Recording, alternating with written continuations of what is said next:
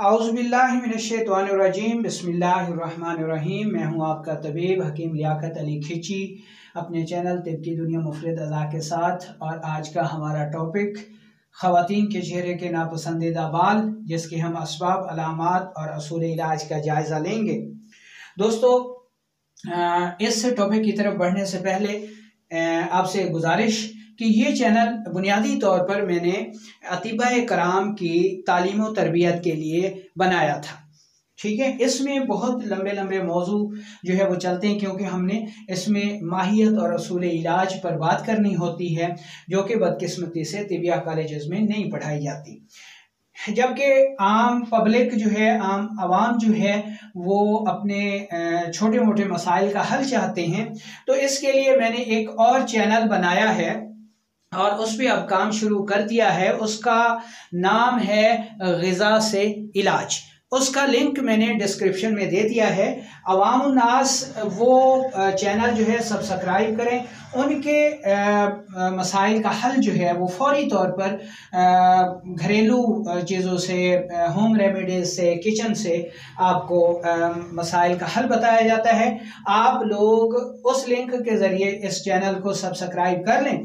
और ये चैनल जो है वो अतिबाए कराम के लिए मखसूस है। आप भी इसमें पार्टिसिपेट कर सकते हैं। तो अपने टॉपिक की तरफ बढ़ने से पहले आपसे गुजारिश है कि अगर आपने हमारा ये चैनल सब्सक्राइब नहीं किया तो जल्दी से इसे सब्सक्राइब कर दें और साथ लगे घंटी के बटन को भी दबा दें, ताकि तिब सेहत के मौजू पर हर नई आने वाली वीडियो आपको सबसे पहले मिल सके। तो दोस्तों, चलते हैं अपने टॉपिक की तरफ। चेहरा जो है वो हमारा आईना है हमारे जिस्म का, और चेहरे की खूबसूरती के लिए अवामुन्नास, ख़ुसूसन नौजवान और ख़वातीन तो बहुत ज़्यादा हसास वाक़ई होती हैं, और वो इसको लेकर बहुत परेशान भी रहती हैं और इसको तरोताज़ा रखने के लिए बहुत जतन करती हैं, बहुत रुपया भी लुटाती हैं। तो आज का हमारा जो टॉपिक है वो चेहरे के नापसंदीदा बाल हैं। इसमें एक बात याद रख लें कि ये बाल बाहर से नहीं आते कि हम इसको थ्रेडिंग के ज़रिए, लेज़र के ज़रिए या मोचने से उखाड़ने के ज़रिए ये ख़त्म हो जाएंगे। हरगिज़ नहीं होंगे, क्योंकि ये बाल अंदरूनी निज़ाम की ख़राबी से आते हैं और ये ठीक भी अंदरूनी तौर पे होंगे। तो चलते हैं अपने टॉपिक की तरफ। देखें जी कि बच्चे, वो चाहे मर्द हों या ख़वातीन हों, वो जब तक जो है वो बालिग़ नहीं होते उस वक्त तक उनका जो मिजाज है वो आसाबी रहता है, क्योंकि इसमें उनको रतूबात की शदीद ज़रूरत होती है, क्योंकि उनकी ग्रोथ होनी होती है, उनकी अफजाइश होनी होती है। ठीक है जी। अच्छा, अब जब ये बच्चे बालिग़ होते हैं, ठीक है जी, जब ये बच्चे बालिग़ होते हैं तो जो मर्द हैं उनका मिजाज उजलाती हो जाता है, यानी खुश्क, और उनके चेहरे पर जो है वो दाढ़ी और मूछ आ जाती है। ठीक है, और उनका मिजाज जो है वो उजलाती खुश्क हो जाता है। इसी तरह जो ख़वातीन हैं वो जब बालिग़ होती हैं, ठीक है जी, तो उनके जो पिस्तान हैं वो बढ़ जाते हैं, अपनी पूरी नशोनुमा में आ जाते हैं। तो उनका जो मिजाज है वो बन जाता है गुद्दी, यानी गर्म। इस तरह हम कह सकते हैं कि मर्दों का जो मिजाज है वो खुश्क होता है और ख़वातीन का जो मिजाज होता है वो गर्म होता है। मर्दों का जो मिजाज खुश्क होगा, ये खुश्क सर्द से खुश्क गर्म के दरमियान रहता है, और जो ख़वातीन का मिजाज है ये गर्म खुश्क से गर्म तर के दरमियान रहता है। अब आपको ये समझ आ गई कि जब मर्द बालिग़ होता है तो उसका मिजाज खुश्क हो जाता है और उसके मुंह पर दाढ़ी और मूछ निकल आती है, और ख़वातीन का मिजाज जब बालिग़ होती हैं तो उनका मिजाज गर्म हो जाता है और उनके पिस्तान जो है वो पूरी नशोनुमा में आ जाते हैं। तो अब अगर ख़वातीन इनका मिजाज बिगड़ जाए, इनका मिजाज बिगड़ कर उजलाती हो जाए, खुश्क हो जाए, तो इनके चेहरे पर भी मर्दों की तरह बाल आ जाते हैं, जो कि उनके लिए वबाल जान साबित होते हैं, और इनको ही नापसंदीदा बाल कहा जाता है। और ये ख़वातीन के लिए गैर तबाही चीज़ है जिसको लेकर वो बहुत ज़्यादा परेशान होती हैं। तो अब हम जो है इसके सबसे पहले इसके असबाब का जायज़ा लेते हैं कि ऐसा क्यों होता है। ठीक है जी। एक बात तो आपने समझ ली कि मिजाज बिगड़ गया, यानी ये मिजाज क्यों बिगड़ता है? सौदावी, खुश्क, तेजाबी, उजलाती या प्रोटीन की अग़ज़िया का बकसरत इस्तेमाल, जिनमें दही भले, फ्रूट चाट, तुर्श, गोलगप्पे, गोश्त का बकसरत इस्तेमाल, मछली, फास्ट फूड जो है वो इसके अहम असबाब हैं। इसके अलावा मखलूत निज़ाम तालीम,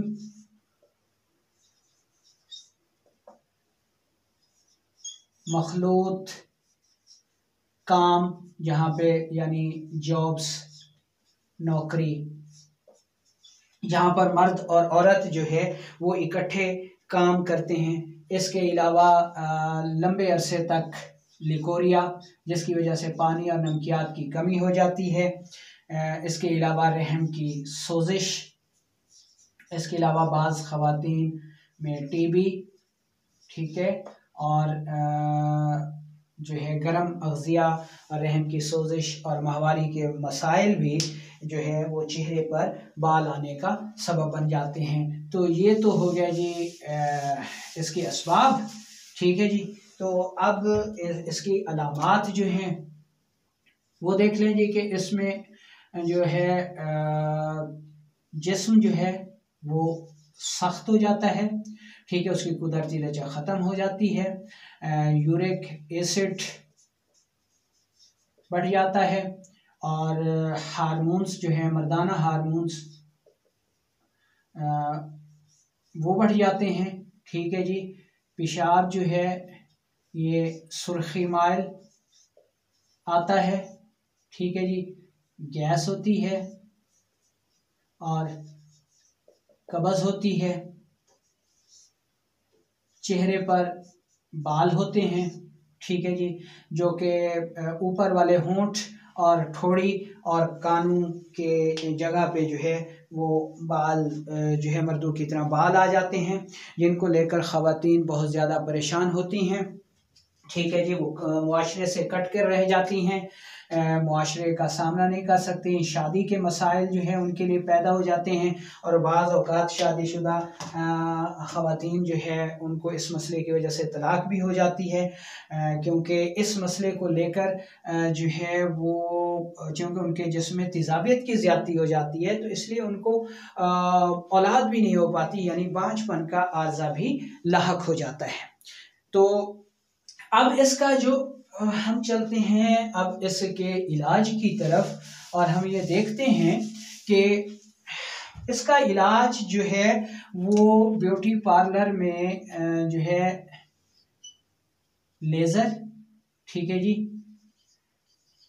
मोचने या धागे से बाल निकालना, ठीक है जी, या बालों को उखाड़ना या उस तरह से